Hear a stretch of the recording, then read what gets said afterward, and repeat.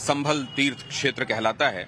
और अब उन तमाम जगहों पर जहां कूप होने के बारे में पुराने मानचित्रों में निशानदेही है, यहाँ के लोग बताते हैं, उन तमाम जगहों पर अब ये देखा जाना शुरू किया जा चुका है कि क्या वहां वाकई कूप है। और ऐसा ही एक कूप यहां भी मिला है। ये वो मस्जिद है असल में जिसमें बिजली की चोरी के संदर्भ में रिपोर्ट मिली थी। बिजली विभाग यहाँ के स्थानीय प्रशासन के साथ पहुंचा था और उसने आखिरकार पाया कि यहाँ कटिया डाल के बिजली ली जा रही थी। और इसी क्रम में यहीं पास में एक मंदिर जो 46 सालों से बंद पड़ा था उसे खोला गया। अभी आप देख रहे हैं वो मस्जिद जहां बिजली चोरी के दौरान ये पूरा घटनाक्रम हुआ, जिसके बाद वो मंदिर प्रकाश में आया जो 46 साल से बंद पड़ा हुआ था। उसी मंदिर के बगल में लगा हुआ ये कूप, यहाँ जब खुदाई की गई असल में पूरा पटा हुआ था, लेकिन जब खोदा गया तो ये देखिए पुराना कुआं यहाँ पर एक दिखाई दे रहा है।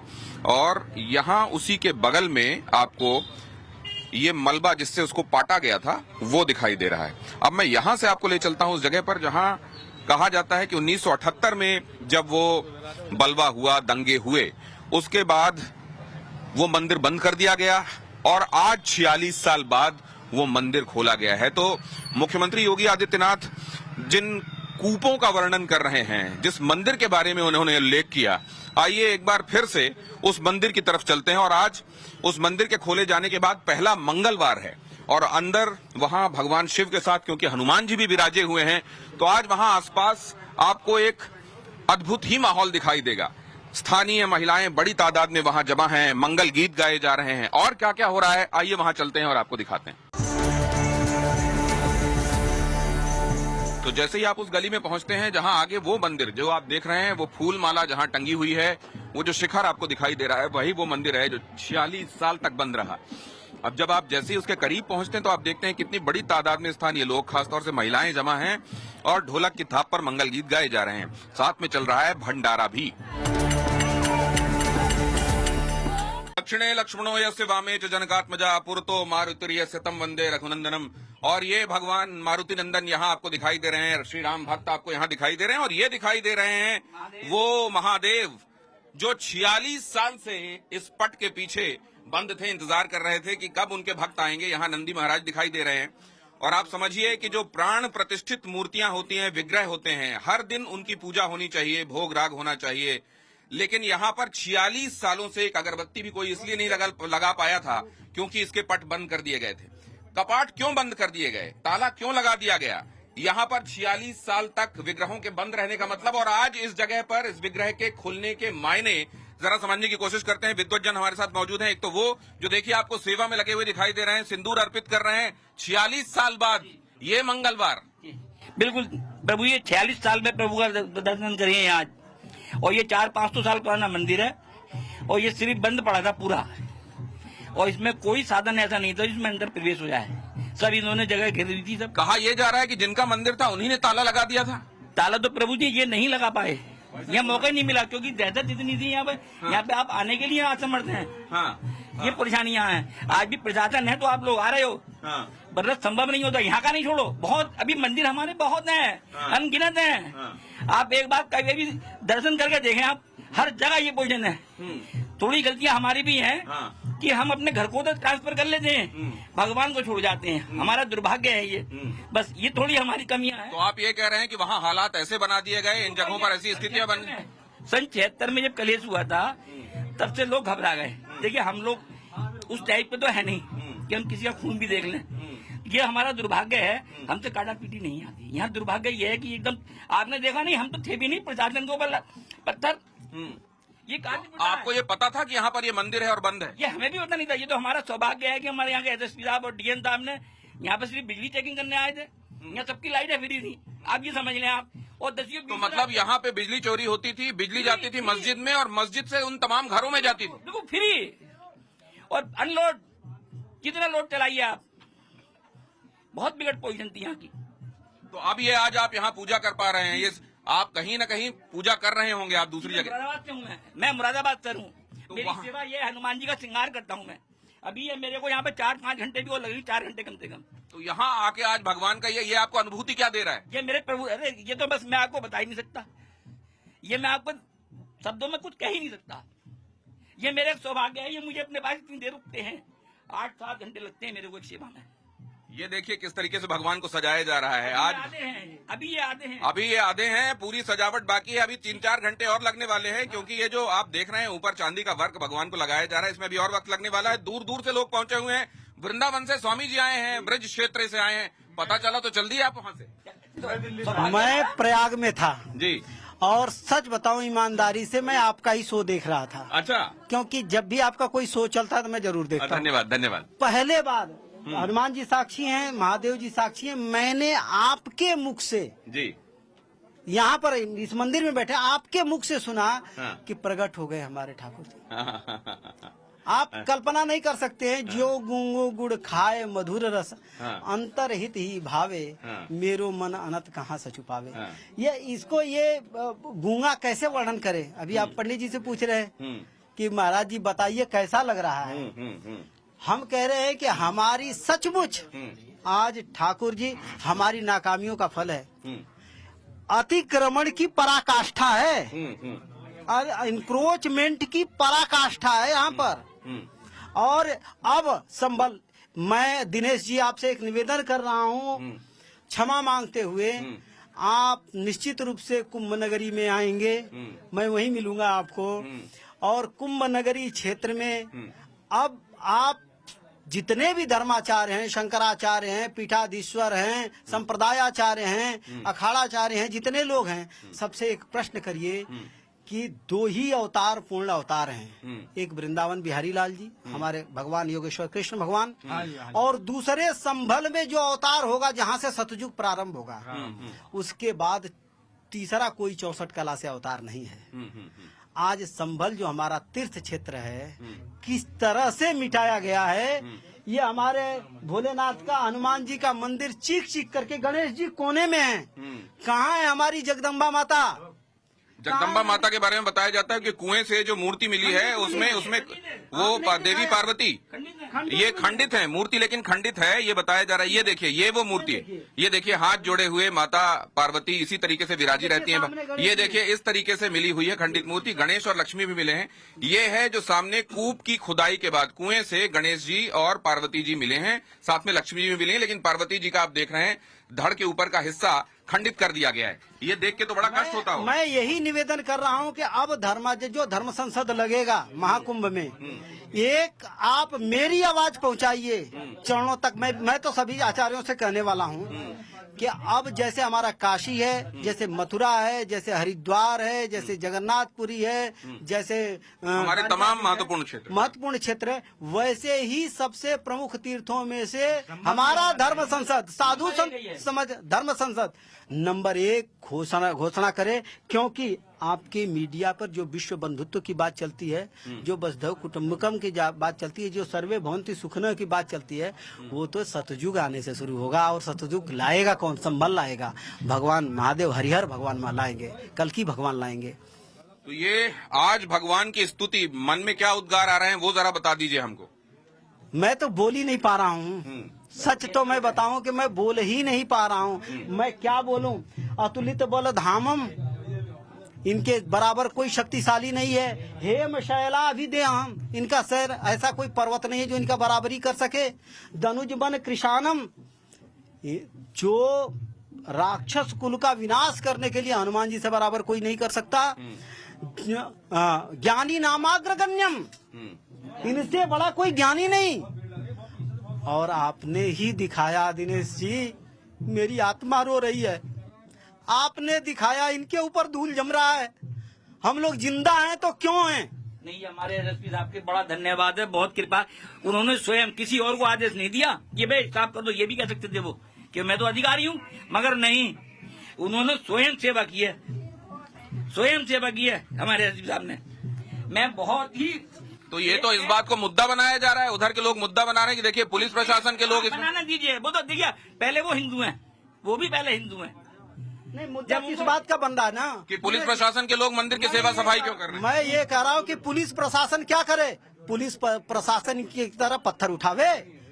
नहीं, बहुत पुलिस प्रशासन सर तन से जुदा के नारा लगावे? पुलिस प्रशासन हमारे ठाकुर जी की सेवा कर रही है, मतलब सनातन धर्म को जागृत कर रही है, मतलब मानवता को जागृत किया जा रहा है। यही तो चाहिए। नकली गंगा जमुना की पाठ कब तक पढ़ेंगे?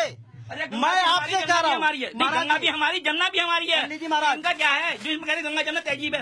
गंगा जमुना तहजीब लाना है तो यहाँ के जो मुस्लिम हैं, मैं गारंटी के साथ कर रहा हूँ, सब कन्वर्टेड हैं। सभी मुस्लिमों को चाहिए कि स्व इच्छा से हमारे जितने इंक्रोचमेंट की जगह है, जैसे अयोध्या में भव्य मंदिर बन रहा है, वैसे ही हमारे ठाकुर जी का भव्य मंदिर बने और गंगा जमुनी तहजीब तो यहाँ से चालू होगी महाराज। स्वामी जी, आप भी देख रहा हूँ मैं, जटाजूटधारी हैं आप, कहाँ से आए हैं और आज यहाँ मंदिर में खड़े हुए हैं, क्या लग रहा है आपको? हमको बहुत अच्छा लग रहा है, बहुत सुंदर लग रहा है और हम तो यही चाहते हैं कि देखिए बिना भाव के कुछ नहीं होता। हमारे जो संबल क्षेत्र के और भी देशों के सब हिंदू लोग, भक्त लोग हैं, वो सभी मिलजुल के कार्य करें। जब तक न होए भावना नहीं भक्ति की संभावना, दुख हरनी भव तरनी, एक हरि की भक्ति है और कोई दूसरा उपाय नहीं है। तो आइए अब हम इस मंदिर पर, क्योंकि आप जब यहाँ पर ये देख रहे हैं, बाहर बड़ी तादाद में भक्त खड़े हुए हैं और वो असल में इस बातचीत के दौरान अपनी बारी आने का इंतजार कर रहे हैं। तो अब और ज्यादा वक्त मैं मंदिर के अंदर नहीं लूंगा। आप सभी की तरफ से भगवान महादेव के चरणों में और हनुमान जी के चरणों में प्रणाम निवेदित करता हूँ। और यहाँ आप निश्चित रूप से इसको देखकर बहुत प्रफुल्लित होंगे, खुश होंगे, लेकिन इससे जुड़े हुए और कौन कौन से आयाम हैं जो आपको आप जरूर जानना चाहिए। हम आइए मंदिर के बाहर चलते हैं और उस पर बातचीत करते हैं। आइए चलिए। 1978 से अगर आप गिनते हैं तो 46 साल होते हैं। 1978 या उसके बाद पैदा होने वाले यहाँ बहुत सारे लोग आसपास रहते हैं जो ये कहते हैं हमको तो पता ही नहीं था 46 साल तक कि यहाँ महादेव का और हनुमान जी का मंदिर है। और ये और भी दुख की बात है कि प्राण प्रतिष्ठित मूर्तियां ऐसे बंद थी कि उनकी पूजा अर्चना कुछ भी नहीं हो पा रही थी, लेकिन आज वो बड़े प्रफुल्लित हैं। नाच गाना लगातार हो रहा है, भगवान के भजन मंगल गीत गाए जा रहे हैं और साथ में अब तैयारी है यहाँ कुछ ही देर में, आज क्योंकि पहला मंगलवार है कपाट खुलने के बाद और अंदर महावीर जी विराजित हैं, तो सुंदरकांड भी किए जाने की तैयारी है। सुना है चंदौसी से कुछ खास मंडली आकर यहाँ पर आज श्री रामचरितमानस में सुंदरकांड का पाठ करने वाली है। सीसीटीवी कैमरे की निगरानी में, लेकिन देखिए पूजा पाठ हो रहा है तो प्रशासन के लोग मौजूद हैं, भारी पुलिस यहाँ पर आसपास मौजूद है। साथ में अगर आप देखेंगे तो ये जो तार आपको दिखाई दे रहा है, अब असल में यहाँ जो बिजली के वैसे तार डाले गए थे जिनसे बिजली चोरी हो रही थी वो तो हटा दिए गए हैं, लेकिन अब ये तार डाले जा रहे हैं जिनसे सीसीटीवी इंस्टॉल होगी और लगातार निगरानी रखी जाएगी कि यहाँ कहीं कुछ अनहोनी ना होने पाए। अनहोनी की इन आशंकाओं के बीच, इन अंदेशों के बीच सनातन धर्म की ध्वजा पताका उसके हक की जगह पर, जहां पर उसको होना चाहिए वहां पर फहरा रही है। धीरे ही धीरे सही, लेकिन चेतना वहां तक आ रही है जहां तक जरूरी थी। ये आज यहाँ मौजूद लोगों को कैसा लग रहा है, जरा इस पर बातचीत करते हैं। स्वामी जी वृंदावन और अभी तो प्रयागराज से आ रहे हैं, कह रहे हैं जैसे ही पता चला यहाँ कपाट खुला है मैं अपने आप को रोक नहीं पाया। तो आप कुंभ के बीच में से, कुंभ की तैयारियों के बीच में से अपने आप को यहाँ ले आए? पहले तो आज मंगलवार है और केवल एक चौपाई बोलता हूँ हमारे गुरुदेव गोस्वामी जी का, जय हनुमान ज्ञान गुण सागर, जय कपीस तिहु लोक उजागर। आज हनुमान जी ने कृपा किया और आप तीनों लोक में प्रकाशित कर रहे हैं कि अत्याचार की पराकाष्ठा पर स्थापित नकली ये सेकुलरिज्म और नकली गंगा जमुना की तहजीब की जो ये दुकान थी, अब उसको बंद करो और असली गंगा जमुना तहजीब लाओ। जितना इनको आप देखिए, स्वयं देखिए, निश्चित रूप से हमारे हनुमान जी का विश्वेश्वर भगवान शंकर सुवन केसरी नंदन एक ही हैं दोनों लोग। इंक्रोचमेंट साफ दिख रहा है, साफ दिख रहा है कि सारे मकान इंक्रोचमेंट के अंतर्गत होंगे। चाहे मुआवजा देना पड़े, चाहे जैसे भी सरकार इनको हटा करके और इनको प्रकाशित करे, तिहुलोक उजागर, तीनों लोक में प्रकाशित हो जाए। दिनेश जी, अब गंगा जमुना तहजीब यहाँ पर दिखाइए। तो ये नकली सेकुलरिज्म, वो सेकुलरिज्म जो किसी की अवहेलना करता है, किसी को सप्रेस करता है, किसी को दबाता है और किसी को उसका नाजायज करने पर भी करने देता है, ऐसे सेकुलरिज्म को, ऐसी कथित गंगा जमुनी तहजीब को समाप्त होना चाहिए, ये कहना है स्वामी जी का। लेकिन यहीं के संभल के ही और हाथों में स्कंद पुराण लेकर खड़े हुए महावीर शर्मा जी भी हमारे साथ मौजूद है। महावीर स्वामी जी, महावीर स्वामी जी, महेंद्र स्वामी जी, ये स्कंद पुराण आपके हाथ में क्यों है? इस स्कंद पुराण में यहाँ की जो मेन भूमिका में हमारे जो भगवान है, कल्कि भगवान के नाम से इस स्थान को जाना जाता है। और कल्कि जो मंत्र है हमारा महामंत्र, जय कल्की जय जगतपते पद्मापति जय रमापति। घर घर में इस पाठ का, इस मंत्र का पाठ घर घर में होता है और इस मंत्र के साथ हमारे संबल के जितने भी लोग हैं उनकी भावनाएं जुड़ी हुई हैं। ये स्कंद पुराण वर्णित करता है कि किस प्रकार से हमारे इस जो संबल का नाम था सत्यव्रत सतयुग में, और उसके बाद द्वापर में महतगिरी, और उसके बाद त्रेता में पिंगल के नाम से ये संबल जाना गया, और आज संबल को संबल के नाम से जानते हैं। भगवान श्री कल्की का अवतार होना है, और भगवान श्री कल्की के अवतार के लिए जो शास्त्रों में प्रचलित है, मतलब बताया गया है कि वो स्कंद पुराण में है। ये स्कंद पुराण इनके हाथों में है और इसी के भूमि 12 खंड में संभल का पूरा वर्णन मिलता है। उसके कूपों के बारे में, यहाँ के 19 कूप और 68 तीर्थ क्षेत्रों के बारे में पता चलता है। तो धीरे धीरे अब जब ये कूप पता चल रहे हैं, अब जब इस तरीके से बंद मंदिर खोले जा रहे हैं, आपको क्या लग रहा है? ये अभी तो ये समझ लीजिए कि यहाँ पर अगर छलनी लेके छाना जाएगा इन तीर्थों को, इस संबल तीर्थ को, तो बहुत कूप और बहुत अभी तीर्थ बाकी है। अभी तो बहुत कुछ है यहाँ पर जो होना है। ये हमारे जो इस भारतीय जनता पार्टी की सरकार में जो हमें 2 संत आए हुए हैं, ये भी उल्लेख है कि संत आएंगे और सारे तीर्थों को खंगाल लेंगे, सारे कूपों को खंगाल लेंगे, और तीर्थ जब जागृत हो जाएंगे, कूप जागृत होने लगेंगे, तब हमारे भगवान कल्की जी को आने का समय ये समझ लीजिए कि शुरू हो जाएगा, शुरू हो गया। ये जो जी तो कहते हैं यहाँ पर जो मणिकर्णिका में भव गंगा जो गोमुख से जिसका इंतजार चल रहा है, इन कूपों के खुलने और इनमें जल आने का इंतजार, और वो समय होगा कि भगवान कल्की अवतार लेंगे। बाबा, हाँ जी, भगवान कब तक आएंगे? यहाँ तो भगवान आ गए, दरवाजा खुल गया। ये हमारे तुम्हारे समझने की बात है। पट खुलने लगे, भगवान तो विराजमान है, किसी दिन अपने आप ही प्रकट हो जाएंगे कि लो में खड़ा हो गया आके। भगवान तो आ गए, हमारे तुम्हारे भाव की बात है। भाव करो, प्रेम करो तो बहुत जल्दी आने में तैयार है। कि लिखा है कि होता भजन है भाव से, है भाव भक्ति ईश्वर भावना, जब तक न हो भावना नहीं भक्ति की संभावना, दुख हरनी भव सागर से तरनी, एक हरि की भक्ति है भैया, और कोई दूसरा उपाय नहीं है। अब यहाँ पर ये चौहान साहब है, देखिए ये दिल्ली से आए हैं, तो ये मंदिर असल में ऐसे मंदिरों में इसका उल्लेख नहीं है कि बड़ा ज्यादा प्रसिद्ध मंदिर हो। जैसे आप ज्ञानवापी के बारे में सुनते रहते हैं, आप मथुरा में शाही ईदगाह और भगवान कृष्ण की जन्मभूमि के विषय में सुनते रहते हैं, पहले बाबरी के बारे में सुना जाता था और वहां भगवान राम की जन्मभूमि के बारे में आप सुनते रहे। तो ये ऐसा कोई मंदिर निश्चित रूप से नहीं है, लेकिन भगवान शिव का यहाँ विराजा होना, हनुमान जी का यहाँ होना, और निश्चित रूप से जहां आपका भाव वहीं आपके भगवान।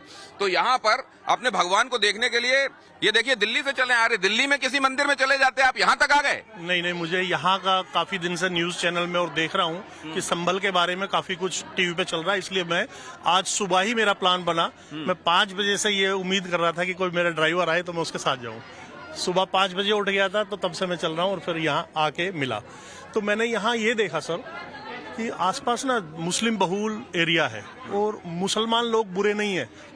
11वीं सदी में जब इस्लाम इंडिया में आया, भारत में आया, तो उसके बाद इनका कर्तव्य था कि बुत परस्ती को खत्म करे। बुत परस्ती जो करेगा वो कुफ्र करता है, और कुफ्र करने वाला काफिर होता है। तो हम लोग कौन है? मुसलमानों की नजरों में, इस्लाम की नजरों में काफिर। अब यहाँ के कुछ और मूर्धन्य लोग हमारे साथ हैं, आप भी यहीं के रहने वाले भाई साहब? जी, संभल का रहने वाला हूँ जी।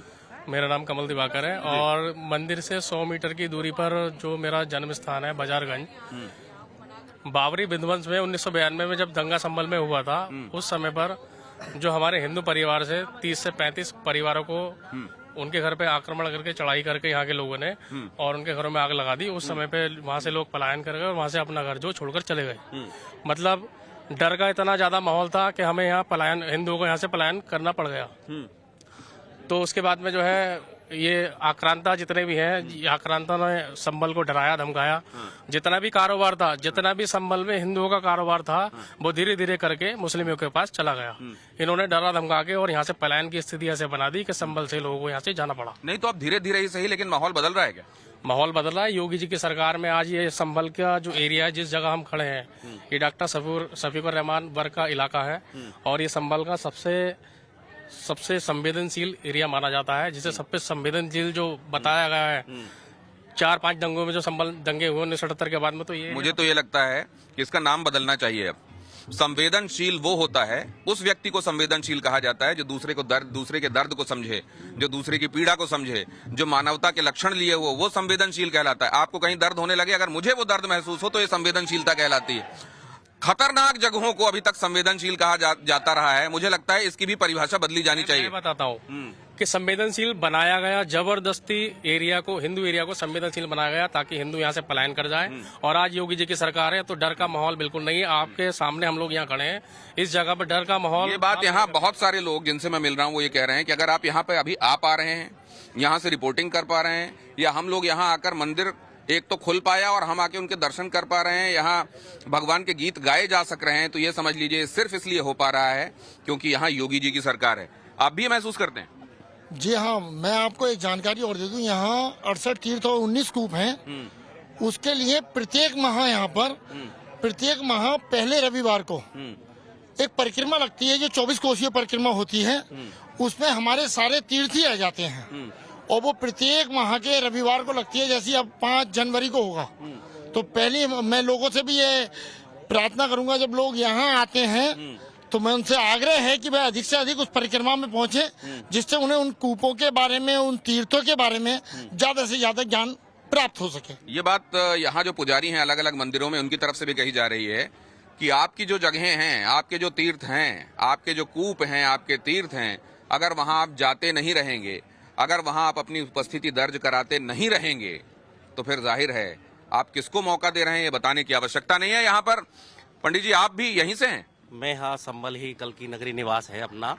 जैसा कि हम सुनते आए हैं सदैव सनातन में कि ये बंधन की धरती है, अभिनंदन की धरती है, यहाँ का कंकड़ कंकड़ शंकर है। तो अब तक ये हम सुनते आए थे, लेकिन अब हमको साक्षात प्रमाण मिल रहे हैं कि यहाँ कंकड़ कंकड़ में शंकर है, जैसे कि यहाँ शंकर भगवान का स्वरूप हमें दिखाई दिया है। तो अभी तक जब तक सनातन उजागर होता है तो पहले तीर्थ उजागर होते हैं, उसके बाद जो सनातनी हमारे विलुप्त हो गए हैं वो भी धीरे धीरे सनातन के रूप में उजागर होंगे। तौकीर रजा से मैं बात कर रहा था बीते दिनों, मैंने कहा आपका हीरो कौन है? औरंगजेब आपका हीरो है क्या? बाबर आपका हीरो है क्या? बिल्कुल है। उन्होंने कहा मेरा हीरो, वो इसलिए क्योंकि यहाँ के लोगों को, इस देश को प्रोटेक्ट किया उसने इस देश के लोगों को, यहाँ की संस्कृति को बचाया, इसलिए वो मेरा हीरो है। जब वो ये कहते हैं तो आपके दिमाग में क्या आता है? ना तो हम औरंगजेब को जानते, ना बाबर को जानते, ये नाम तो आपके द्वारा हमने सुना है। हमारे तो जो भी धरोहर रहे हैं, पृथ्वीराज चौहान जी है, छत्रपति शिवाजी है, ये सारे हमारे स्वतंत्र सेनानी जितने भी हैं ये हमारे। मैं ये कह रहा हूँ कि बाबर ने यहाँ पर 3 मस्जिद बनाई है। बाबर ने एक पानीपत में बनाई है, एक संभल में बनाई है और एक वो बाबरी। उस बाबर पर और वो औरंगजेब जिसने न जाने कितने मंदिरों का ध्वंस किया, उसको जो लोग हीरो बताते हैं, उनके बारे में आपका क्या ख्याल? हमारी नजरों में ऐसे विधर्मी लोग हीरो नहीं हो सकते और ना हैं। तो वो क्यों कहते हैं, ये ऐसा क्यों कहते हैं? जब मैंने उनसे पूछा कि वो आपके हीरो हैं तो वो खम ठोक के कहते हैं वो हमारे हीरो। तो हमारे आज जो हमारे इस समय जो भारत में हीरो हैं वो नरेंद्र मोदी जी और माननीय आदित्यनाथ योगी जी हैं, जो हमारे सनातन धर्म को एक सुपर उस पर ले जा रहे हैं। जहां हमारा सनातन धर्म विलुप्त होता जा रहा था उसको वह उठाकर ला रहे हैं। और देखिएगा यही संबल जिसे लोग जानते तक के नहीं थे, कुछ मंदिरों के बारे में पता नहीं था, आज सब उजागर हो रहे हैं और नारायण की कृपा है, ये ऐसे ही आगे तक बढ़ता रहेगा। लेकिन जब आप यहाँ पर सोचिए, एक मंदिर बंद है 46 साल बाद, ऐसा लगता है बहुत सारे लोग कह रहे थे कि जैसे हमारे माता पिता को किसने 46 साल तक कैद में रखा हो और आज वो मुक्त हुए हों और उनको आज नहलाया धुलाया जा रहा हो, खाना खिलाया जा रहा हो, हमको ऐसा लग रहा है। तो सोचिए बांग्लादेश में हिंदुओं को इस वक्त कैसा लग रहा होगा। यहाँ से क्या उनके बारे में भी कोई ख्याल आ रहा है आपके दिमाग में? हाँ, वहाँ पे बहुत गलत हो रहा है बांग्लादेश में। बताइए। बांग्लादेश में जो हिंदुओं का नरसंहार अब हो रहा है वो 1978 में संभल की स्थिति रही थी। संभल में हिंदुओं का नरसंहार जैसे आज बांग्लादेश में किया जा रहा है वैसे ही उस समय पे किया जा रहा था। तो स्थिति, भयावह स्थिति जो बांग्लादेश में है वही संभल की स्थिति 1978 में 1992 में रही है, बाबरी विध्वंस के समय में संभल में रही है। हाँ। तो ये आप क्या कह रहे हैं कि इस तरह की स्थिति में क्या होना चाहिए? तुरंत अटैक करना चाहिए बांग्लादेश पर। योगी सरकार, मोदी जी को इस पर स्टेप लेना चाहिए, या हम जैसे ठाकुर, जाट, गुजर, इन 3 कम्युनिटी को बोल दे, पूरे बांग्लादेश को उठा के ले आएंगे इंडिया में। तो क्या ये भी ठीक हो रहा है कि पहले घर संभाला जा रहा है, फिर आसपास वो जगह जो बाद? तो संभल गया, घर तो संभल गया, क्योंकि इनको जब हिंदी में कुरान समझा दिया जाएगा तो ये ऑटोमेटिक घर वापसी हो जाएंगे। नहीं, हम एक बात और कह रहे हैं कि जो भारतवर्ष के जितने साधु संत हैं ना, केवल हम ही को छोड़ दिया जाए, बांग्लादेश को तो हम संभाल लेंगे। जितने भी हमारे साधु संत हैं बॉर्डर पे हमें फ्री कर दीजिए। तो कहते हैं, आप कह रहे हैं सेना की आवश्यकता नहीं है? नहीं, जरूरत नहीं है, हमारे पास सेना है। आप क्या, हमारे शिवाजी के समय में कौन सेना थी? नागा सेना थी कि नहीं थी? आदि गुरु शंकराचार्य जी के समय कौन सेना थी? हमारे नागा संप्रदाय थे कि नहीं थे? भारतवर्ष पर जब जब संकट आया है, दो ही बात है, साधुओं के दो ही काम है, धर्म को बचाना और धर्म को स्थापित करना। लेकिन अब मैं ये जानना चाहता हूँ कि जैसे कहते हैं कि उजाला सबके लिए उजाला है और अंधेरा सबके लिए अंधेरा है। ऐसा नहीं हो सकता कि उजाले को कोई अंधेरा कहे और अंधेरे को कोई उजाला। तो यहाँ पे जो किया जा रहा है, देखिए एक मंदिर था, पुराना मंदिर है, यहाँ पे इंक्रोचमेंट साफ दिखाई दे रहा है और जो बाकी चीजें चल रही थी वो भी सतह पर आ रही हैं। ऐसे में जब ये कार्रवाई हो रही है तो सारी जनता स्वागत कर रही है या कुछ लोगों को बुरा लग रहा है? सभी यहाँ पर खुश हैं। और देखिए, एक होता है भय का माहौल। यहाँ पर जो एक भय का माहौल बना हुआ है, वो भय का माहौल पहले भी था समाजवादी के राज में। हर एक व्यक्ति का अपना अपना वो होता है। अब जो हिंदुओं का हक है वो हिंदू को मिलना चाहिए। बाबर ने कितना जुल्म किया, बाबर ने कितना भय का माहौल बनाया। बाबर को हम हीरो नहीं कह सकते, जो जुल्म करता है वो हीरो नहीं होता। हम तो, हमारे योगी आदित्यनाथ जी, हमारे नरेंद्र मोदी जी, हमारे हक की लड़ाइयाँ हमारे जो शास्त्रों में वर्णित है, हमारे शास्त्रों में वर्णित चीज हमें मिल रही है, पूरा नक्शा है। देखिए, मुझे ये नहीं मालूम कि इसमें सच्चाई कितनी है। आप लोग बताइए, क्योंकि आप यहाँ के रहने वाले हैं, कि यहाँ कैला देवी का कोई मंदिर है और यादव समाज की कुल देवी कही जाती है कैला देवी। ये भी मुझे नहीं पता, आप लोग बताइएगा अगर ऐसा होता है तो। और ये भी कहा जाता रहा कि मुलायम सिंह यादव और उनके परिजन पुरखे यहाँ आके कुल देवी की पूजा करते रहे। लेकिन अब क्योंकि एक वर्ग विशेष को उनको तुष्टि का संदेश देना है, इसलिए उन कैला देवी की तरफ पूजा, उनकी तरफ ध्यान पूरे परिवार का कम हो गया। मुझे नहीं मालूम कि ये सच है कि नहीं। अगर ऐसा है, जो कि मैं यहीं पे सुन रहा हूँ, अगर ऐसा है तो बताइए, नहीं है तो बताइए। नहीं, कैला देवी का जो कैला देवी माता का जो मंदिर है, पूजा अर्चना लगातार होती है। वहाँ जो महेंद्र ऋषि नंदन जी महाराज हैं उसको देखरेख करते हैं, उनके संरक्षण में रहता है मंदिर वहाँ। और जो यादव बहुमूल्य क्षेत्र है वहाँ सारे हिंदू रहते हैं और हिंदू आस्था से जुड़ा हुआ मंदिर है वो, पुराना प्राचीन। देखिए, यहाँ से खुद मुलायम सिंह यादव सांसद रहे हैं, यहाँ से खुद उनके भाई रामगोपाल यादव सांसद रहे हैं, और हमारी लोकसभा से कट के 2 विधानसभाएं जिस लोकसभा में गई बदायूं से, वहाँ उनके भतीजे धर्मेंद्र यादव सांसद रहे हैं। वो कई बार राजनीतिक लाभ लेने के दृष्टि से वहां गए और उन्होंने उस प्रांगण में अपनी सभाएं की और अपनी जाति को, एक जाति को इकट्ठा करने के लिए, जाति विशेष को इकट्ठा करने के लिए कहा कि ये हमारी कुलदेवी का मंदिर है। लेकिन आस्था के तौर पे कभी वो मंदिर के भीतर नहीं गए। उन्होंने बहुत समय ऐसा किया कि हेलीकॉप्टर से उतर के जनसभा की और मंच से ही मंदिर की ओर प्रणाम किया और वो चले गए। आस्थावान व्यक्ति वो होता है जो अपनी कुलदेवी के आगे नतमस्तक हो जाए। तो मुलायम सिंह जी के परिवार का, अब तो वो नहीं है, लेकिन अखिलेश जी का खास तौर पे वहां कोई ऐसा रुझान नहीं था कि वो उनको कुलदेवी मानते हुए जाते हों। एक आम यादव जनमानस की यह धारणा है कि हमारी परिवार की कुलदेवी हैं, केवल मुलायम सिंह के परिवार की कुलदेवी नहीं है। और उन्होंने इस बात को सिद्ध भी किया कि वो कई बार गाहे बगाहे जब भी आए जनसभाएं करने तो मंच से केवल प्रणाम करके चले गए। ना वहां के मठाधीश को, ना वहां के महंत को, ना वहां के हमारे श्रद्धा संतों को उन्होंने उनको प्रणाम किया और ना देवी माँ को ही प्रणाम किया। संभल का माहौल, बहुत सारे लोग जानना चाहते हैं देश में कि सर्वे का ऑर्डर यहाँ हरिहर मंदिर के ऊपर क्या उस समय बाबर ने अपने सिपह सालार को भेजकर यहाँ मस्जिद बना दी गई क्या? अब ये खोजने के लिए कोर्ट का आदेश, कोर्ट के आदेश के बाद की घटनाएं और आज की स्थिति, आप संभल के रहने वाले हैं, क्या महसूस करते हैं? वो जो चला आ रहा था वो सही है या जो हो रहा है वो सही है? देखिए, जो हो रहा है वो कहीं ना कहीं बिल्कुल सही है, क्योंकि अगर जनमानस इस बात को देखे तो जिसकी जो चीज़ है वो उसे मिल जानी चाहिए। तो हम ये नहीं कहते कि जबरदस्ती हम अपनी चीज़ मांग रहे हैं, लेकिन अगर अदालत कोई सर्वे कार्रवाई करा रहा है तो शांति से सर्वे हो जाना चाहिए। अगर किसी पक्ष को ये लगता है कि किसी मंदिर पे उनका ऐसा कोई विवाद है कि हमने कोई मस्जिद तोड़ के मंदिर बनाई है, तो वो उसका सर्वे करा ले, हम उस पर कोई आपत्ति नहीं करेंगे। लेकिन कहीं भी ऐसा नहीं हुआ है अब तक कि मंदिर किसी चीज़ के ऊपर बनाया गया हो। अभी तो ये जरूर है कि बहुत सारे मंदिरों को ध्वस्त करके दूसरी इमारतें बना दी गई हैं। तो सर्वे हो जाए, जिसकी जो चीज़ जिसकी है वो उसे मिल जाए, इसमें कोई हर्ज तो है नहीं। जिसकी जो चीज है उसको मिल जाना चाहिए, इसमें कोई हर्ज नहीं है। हमारी अगर कोई चीज है और उस पर अनावश्यक रूप से कुछ लोग काबिज हुए हैं तो हम तो अपना हक ही मांग रहे हैं। इसको कुछ लोग हमारा दुस्साहस करार क्यों दे रहे हैं? आप कहाँ से आए भाई साहब? मुरादाबाद से सर। मुरादाबाद से। इसके पहले कब आए थे संभल? मेरा वीकली आना होता है। वीकली आना होता है? कोई कारोबार है आपका? कोई मैं वर्किंग पर रहता हूँ। अच्छा, तो यहाँ आज मंदिर के करीब? जी, मंदिर को देखने के लिए आए थे क्योंकि टीवी पे बहुत बार इसकी रिपोर्ट देखी थी। इसलिए मंदिर को देखने के लिए आए हैं। तो हिंदू और सनातनी होने की वजह से आपको क्या लगता है जब इस तरह के घटनाक्रम आपके समक्ष आते हैं? बहुत बुरा लगता है सर कि हमारे मंदिर 46 साल की मेरी उम्र भी नहीं है, जितने समय से मंदिर बंद है। आज खुलने के बाद बड़ा अच्छा लगा, तो मैं इसको देखने के लिए आया था। माताएं भी यहाँ मौजूद हैं, जरा इधर भी लाइए। माता जी, कहाँ से आप? यहीं की हैं? मैं हयातनगर से आई हूँ। कहाँ से? हयातनगर। हयातनगर? हाँ। अच्छा, तो ये मुझे बहुत खुशी हुई कि मैं भगवान जी के दर्शन करने के लिए। अच्छा, हाँ। तो भगवान जी के दर्शन तो आसपास के मंदिरों में भी हो सकते थे? नहीं, आप जब नए निकले हैं तो नए इनके करेंगे।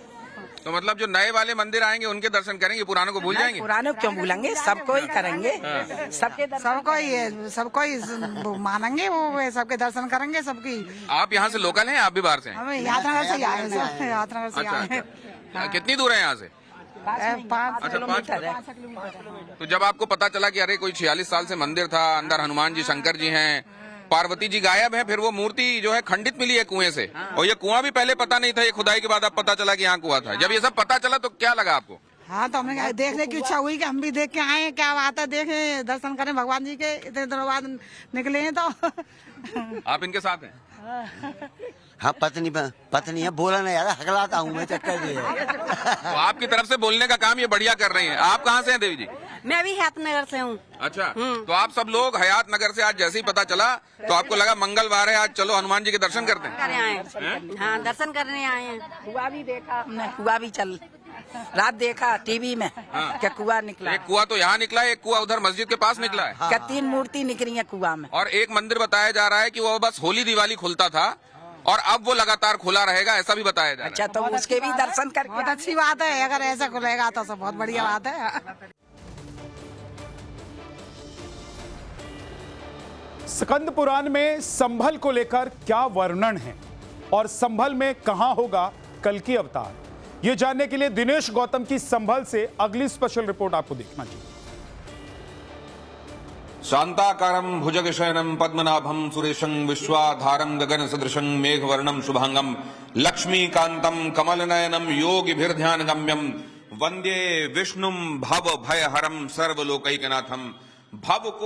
भव के भय को हरने के लिए कलयुग में भगवान का जो अवतार होना हमारे पुराणों ने, हमारे मनीषियों ने बताया है, वो संभल की धरती पर बताया है। और संभल की धरती में कल्कि अवतार, कलयुग में होने वाला भगवान का जो अवतार है, वो कल्कि अवतार के दर्शन आपको करने हैं। तो ये है संभल का मुख्य मंदिर। जय कल्कि, जय जगतपते, पद्मापते, जय रमापते। तो वो रमापति, वो भगवान विष्णु जब कल्कि अवतार लेंगे, भव के भय को हरने वाले, वंदे विष्णुम भव भय हरम सर्वलोकैकनाथम, सारे लोकों के एक नाथ भगवान जब कलयुग में अवतार लेंगे, उस भविष्य के मंदिर की बहुत समय पहले यहां नींव पड़ चुकी है। और ये है संभल का वो कल्कि मंदिर। पहले आप सभी दर्शकों की तरफ से, टाइम्स नाउ नवभारत के सभी दर्शकों की तरफ से भगवान कल्कि के चरणों में मैं प्रणाम करता हूं। और यहाँ महेंद्र शर्मा जी, यहाँ के पुजारी मौजूद हैं। बहुत स्वागत है टाइम्स नाउ नवभारत पर आपका। जी, धन्यवाद। ये मंदिर, इसका महात्म्य बहुत संक्षेप में। इस मंदिर को एक नक्शा है संभल का जो करीब 1000 वर्ष पुराना है, वो मैं अभी दिखा दूंगा आपको।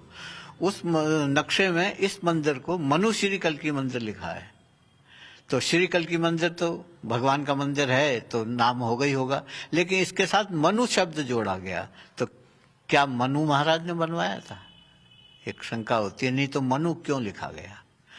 तो ऐसा माना जाता है कि महाराजा मनु ने इसको बनवाया था। अब मनु का कार्यकाल कितना पुराना हो गया वो तो है। और ये कल्कि भगवान का पहला मंदिर है दुनिया में जो बना है। अब बन रहे हैं, लोग बाग बना रहे हैं, लेकिन इससे पहले कोई नहीं बना।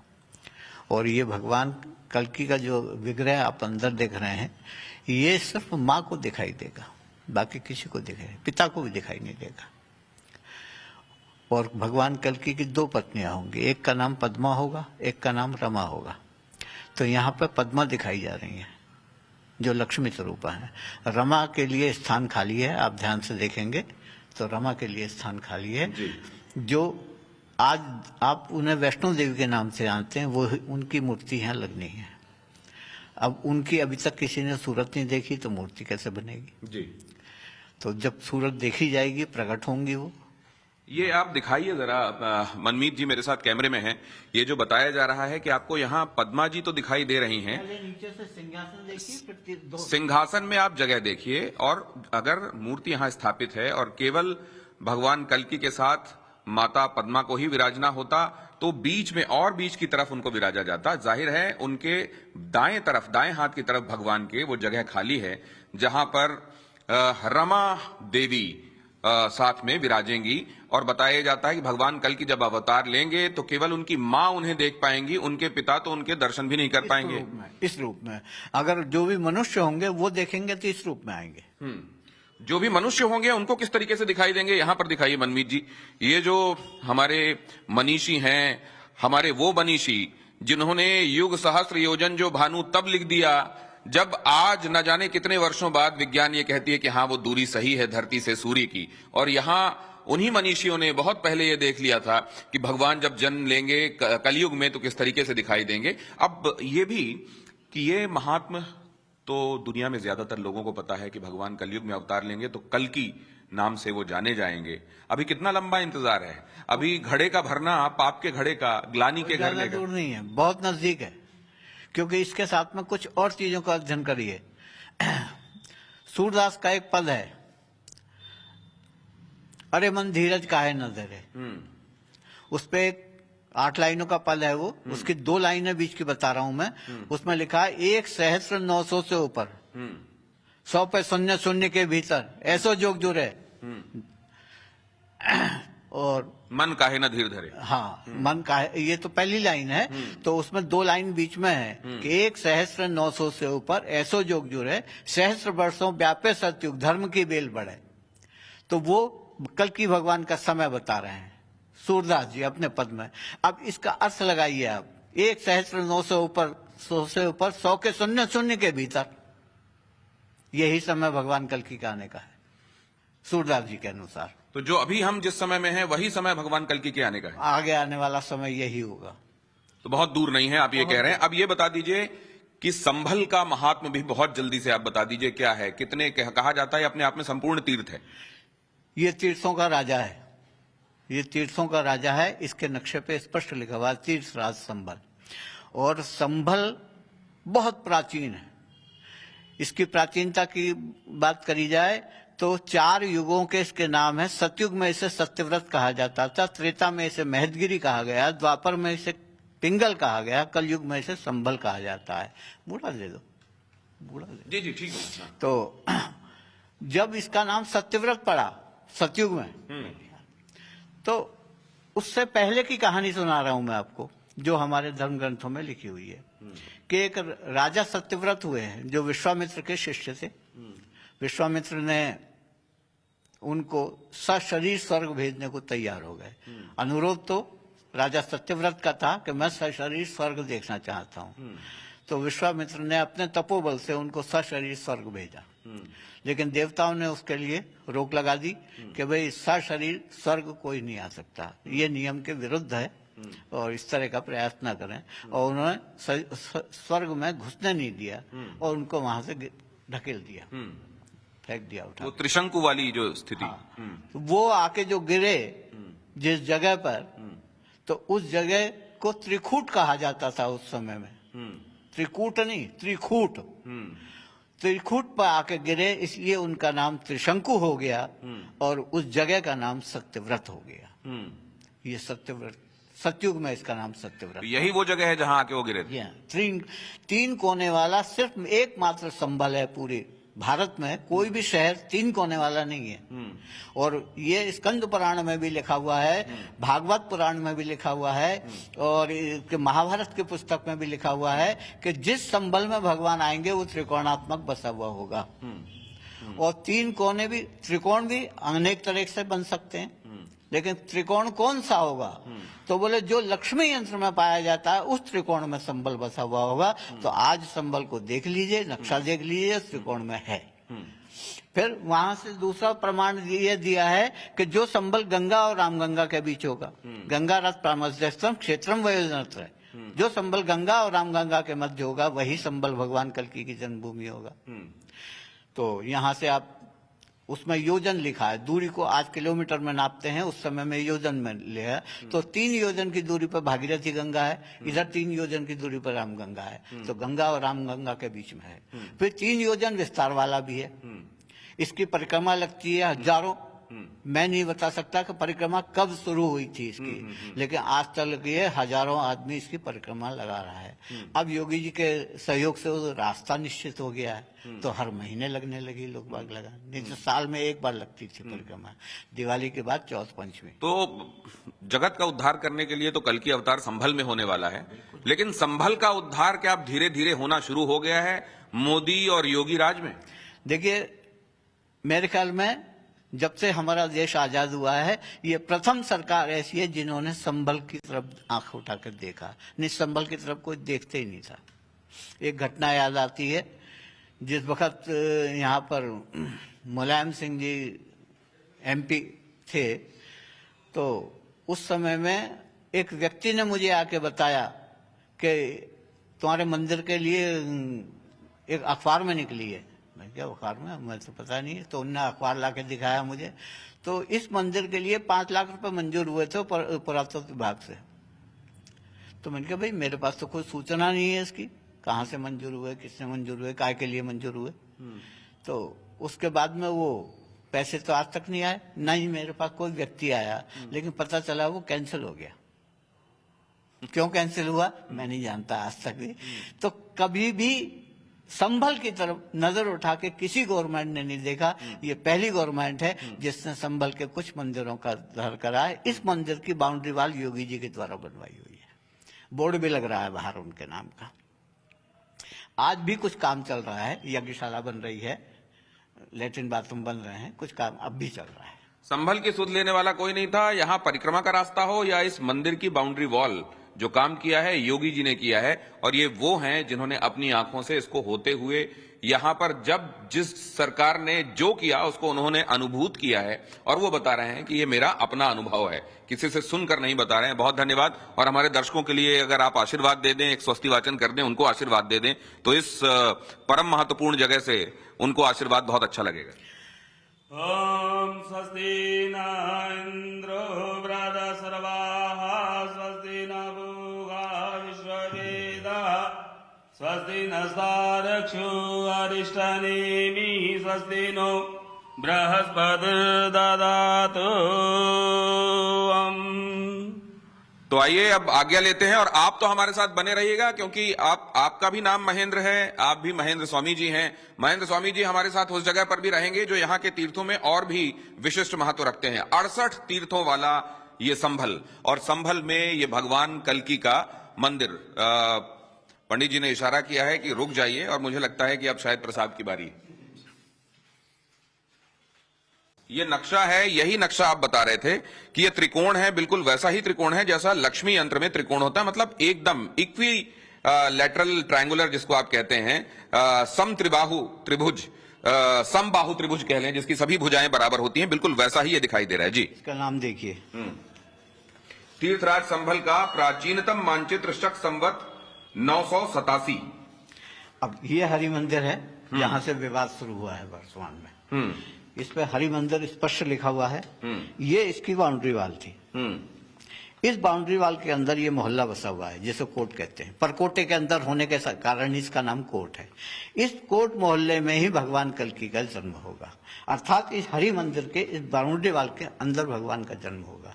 विष्णु यश उनके पिता होंगे, ब्रह्म यश उनके बाबा होंगे, सुमति उनकी माँ का नाम होगा, 4 भाई होंगे, सुमंत, प्राज्ञ, कवि और कल्की।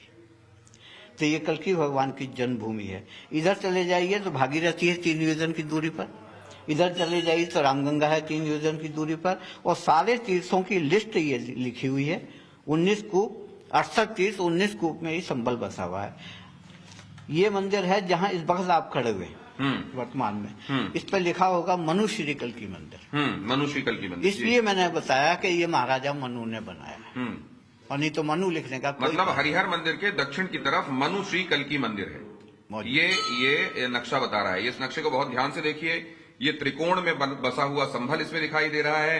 ये वो जगह है जहां बताया जाता है भगवान कल की जहां अवतार लेंगे, उनकी माता और पिता का नाम क्या होगा, कैसे उनके 4 भाई, उनके नाम क्या होंगे, ये सब इसमें लिखा हुआ है। साथ